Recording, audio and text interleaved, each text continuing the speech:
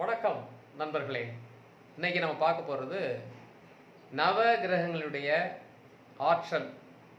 அந்த ஆற்றலை எப்படி நம்ம ரிசீவ் பண்ணி நம்முடைய வாழ்க்கையில் ஒவ்வொரு நிகழ்விலும் வெற்றிகரமாக மனநிறைவோடு மகிழ்ச்சியாக இயங்குவது எப்படின்னு பார்க்க போகிறோம்.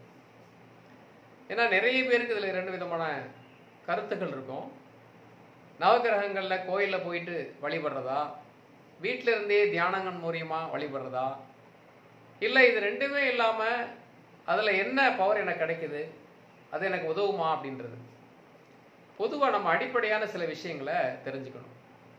இப்போ எல்லாருக்குமே தெரியும், சூரியன்லேருந்து ஆற்றல் வந்துட்டே இருக்குது. நமக்கு விட்டமின் டி குறைவாக இருந்தால் அந்த வெயிலில் போயிருந்தோம்னா நமக்கு எலும்புகள் பலமடையும் அப்படின்னு மருத்துவம் சொல்லுது.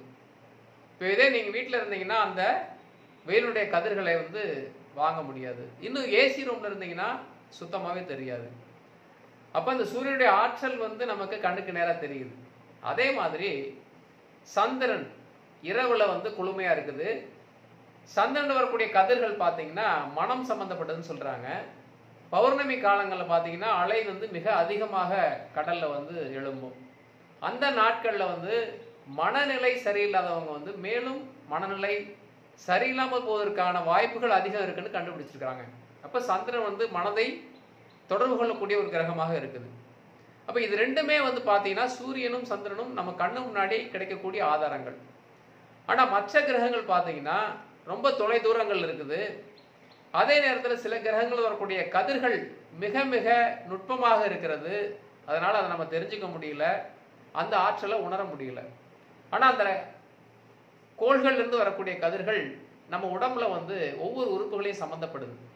ஏன்னா ஒரு மனிதன் பிறக்கும்போது எந்த நட்சத்திரத்தை பிறந்திருக்கிறானோ அதன் அடிப்படையில் தான் அவனுடைய கல்வி, அவனுடைய தொழில், அவனுடைய திருமணம், இது எல்லாமே முடிவு பண்ணுறாங்க.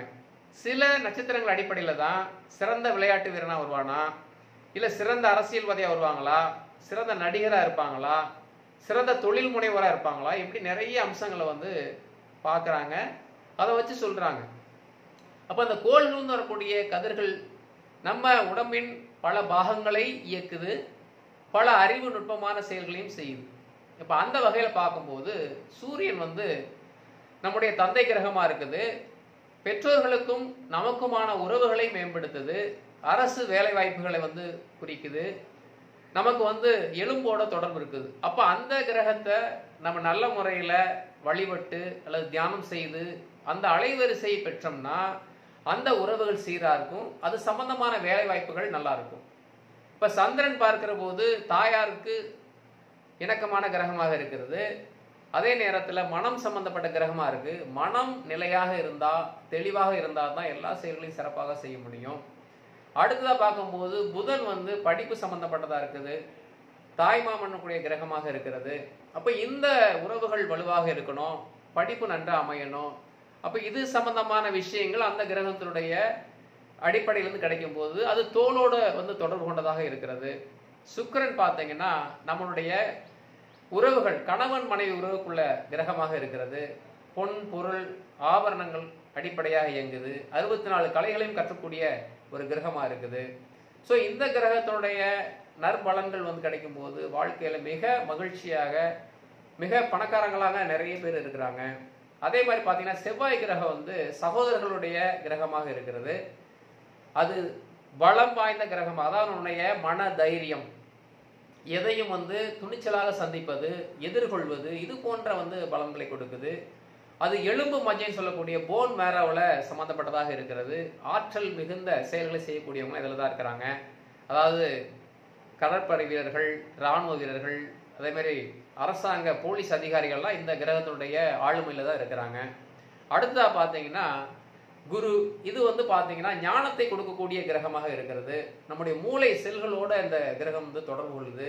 நிறைய விஷயங்களை சிந்தித்து தெளிவாக அறிவுபூர்வமாக செயல்படக்கூடிய கிரகமாக இருக்கிறதுனால இதனுடைய ஆற்றல் ஒவ்வொரு மனிதனுக்கும் ரொம்ப ரொம்ப முக்கியம்.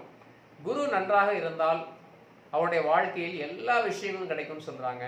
அதே மாதிரி பார்த்தீங்கன்னா சனி கர்ம காரகன், ஆயுள் காரகன் சொல்கிறாங்க. நீண்ட ஆயுளை கொடுக்கக்கூடியவன். உங்களுடைய கர்மாக்களை தீர்மானிக்கக்கூடியவன். உங்களுடைய இடம், பொருள், அதே மாதிரி ஆயுள், எல்லா விஷயங்களையும் இந்த சனி தான் பார்க்குது. இது நரம்புகளோட சம்பந்தப்பட்ட கிரகமாக இருக்கிறது. அடுத்ததா பார்த்தீங்கன்னா ராகு, கேது, இது ரெண்டும் வந்து ஆன்மீக கிரகங்களா இருக்குது. ராகு வந்து பார்த்தீங்கன்னா எந்த தொழிலும் பிரம்மாண்டமா செய்யக்கூடியதா இருக்குது.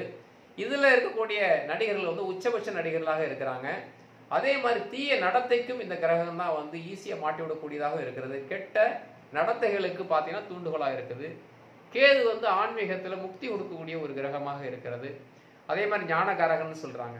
அப்ப இந்த கிரகங்கள் வரக்கூடிய ஆற்றல்கள் எல்லாம் பார்த்தீங்கன்னா நமக்கு கிடைக்கும் போது அது நம்மை நல்வழிப்படுத்துவதாகவும் அல்லது நம்ம என்ன மனநிலையில் இருக்கிறோமோ அது தூண்டி விடக்கூடியதாக இருக்கிறது.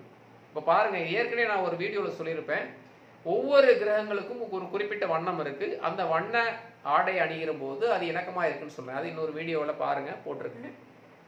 இப்போ சாதாரணமாக நம்ம பார்ப்போம், 2 இணக்கமான நண்பர்கள் இருக்கிற போது அங்கே ஒரு நட்புகள் நிலவும். 2 முன்விரோதமான ஆட்கள் இருந்தால் அங்கே சண்டை தான் வரும். இதே மாதிரி தான். அப்போ நல்ல மனநிலையில் இருந்தோம் அப்படின்னா நமக்கு நல்ல விஷயங்கள் நடக்கும். இப்போ நம்ம சில பேரை வந்து நினச்சிக்கிட்டே இருந்த உடனே தான் நீயே நேரில் வந்துட்டு சொல்லுவோம். அதே மாதிரி இந்த கிரகங்களை நாம் அந்த குறிப்பிட்ட நாளில் குறிப்பிட்ட ஃப்ரீக்வன்சியில் நம்ம வந்து நினச்சிக்கிட்டு இருக்கும்போது அதனுடைய ஆற்றல் நுட்பமாக நமக்கு கிடைக்கும். அப்போ நல்ல விஷயங்களை நாம் இணக்கமாக மேற்கொள்ள முடியும். இதில் பாருங்க, 2-3 விஷயம் இருக்குது. நம்ம கோயிலில் அமைக்கப்பட்ட நவ கிரகங்களில் பார்த்தீங்கன்னா நீங்கள் சுற்றி வரும்போது அதோடைய ஆற்றல் ரிசீவ் பண்ணுற மாதிரி இருக்கும். ஏன்னா அங்கே நவரத்னங்களை பதிச்சிருப்பாங்க, நவதானியங்களை எல்லாம் வச்சு அந்த ஆற்றலை வந்து ஒருமுகப்படுத்தியிருப்பாங்க. அதே மாதிரி வீட்டில் கூட தியான முறைகள் தெரிந்தவங்க குறிப்பிட்ட அந்த ராகு காலத்தில் நம்ம வந்து தியானம் பண்ணலாம். அதே மாதிரி குறிப்பிட்ட ஓரைகள் இருக்கும், குரு ஓரைகள், புதன் ஓரை, சந்திரன் ஓரை, இப்படி ஓரைகளில் வந்து